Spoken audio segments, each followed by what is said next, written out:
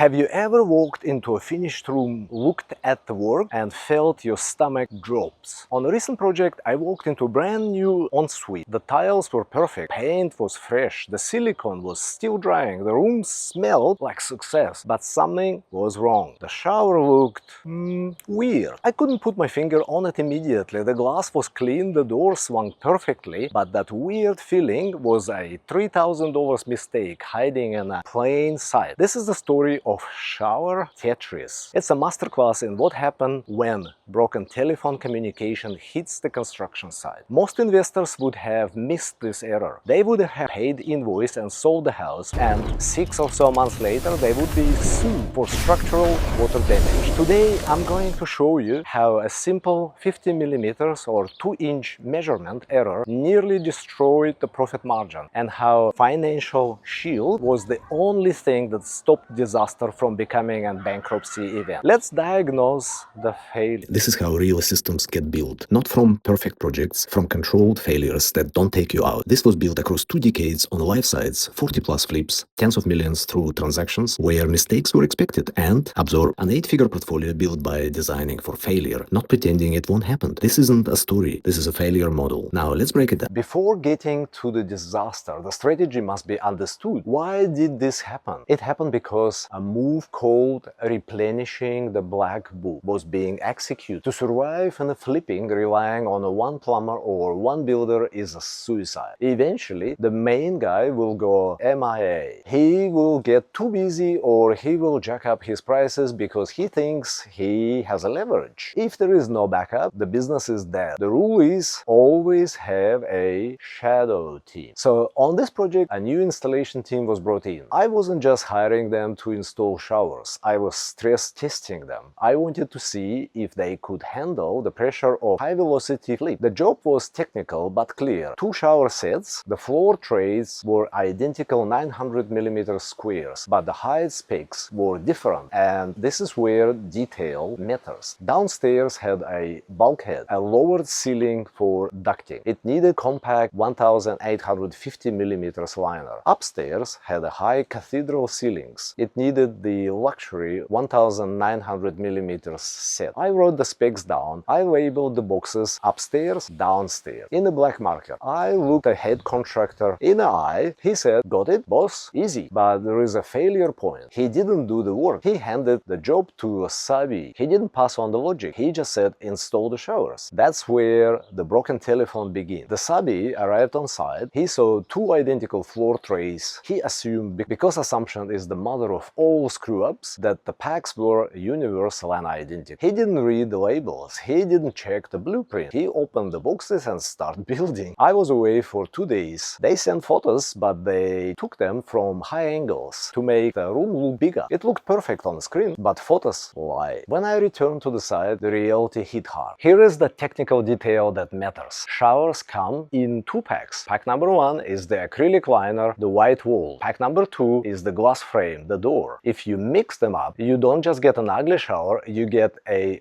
rot time bomb. I walked into downstairs bathroom. They had installed the tall 1900 millimeters pack 1 liner into the short 1850 millimeters room. The liner was towering over the glass frame. It looked amateur, but it was watertight. But upstairs was a catastrophe. They had installed the short 1850 millimeters liner, but mounted tall 1900 millimeters glass frame onto it. Visualize this. The glass door is 1900 millimeters high. The liner behind it is only 1850 millimeters high. That means the top 50 millimeters or 2-inch of the glass is sitting against, well, nothing. It's sitting against the raw drywall. The installer had tried to hide it. He had pumped a thick bead of silicone into the gap. But physics don't care about silicone. This is called capillary action. When a tenant takes a hot shower, steam rises, water sprays, the water hits the glass, runs down, finds that 50 millimeters or 2 inches gap, and soaks directly into the paper of the drywall. It gets behind the liner, it sits there, dark and warm, brewing. Within 3 months, the timber studs rot. Within 6 months, black mold eats the wall. Within a year, tiles fall off. If I had sold that house, I would be liable. It wasn't just cosmetic failure, it was a structural time bomb ticking, talking behind the glass. The amateur looks at the shiny glass, the professional looks at the overlap. The overlap was negative. The shower was dead. I called the head contractor immediately. Get on site now. He arrived. He looked at it. First, he denied it. That's how they come from the factory. I pointed on the boxed labels, and the floor upstairs was on the box that was installed downstairs. The evidence was undeniable. Then he blamed the subcontractor. The new guy messed up. I wasn't here. That is not a valid excuse. You own the result, not the effort. Then came the line that kills the profits.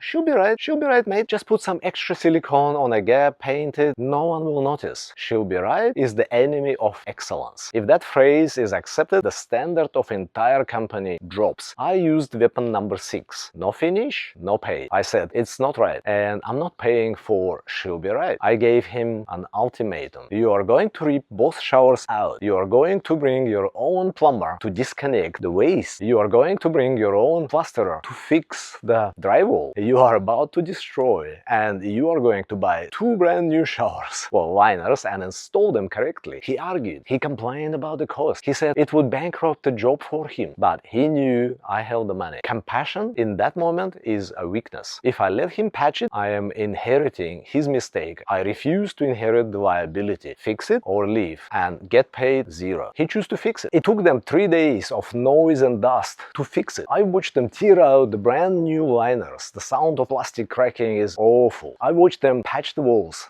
Dust everywhere. It was a disaster of the week. But here is the lesson. It didn't cost me a single cent. The materials were $1,500. The labor was another $1,500. The financial shield protected the project. If I had paid that invoice earlier, if I had been nice, that $3,000 fix would have come out of my profit. Or worse, I would have left it and paid $30,000 in legal fees in a year or so later. When you test new trades to replenish your black book, you are taking a risk. That's the part of the game. But if you hold leverage, their failure doesn't become your bankruptcy or your problem. Test your trades, push them hard, but never let go of the shield. This concludes our calibration series. We have covered entry time, ego, conflict, and logistics. Next, we drop the full system, the masterclass. Get ready.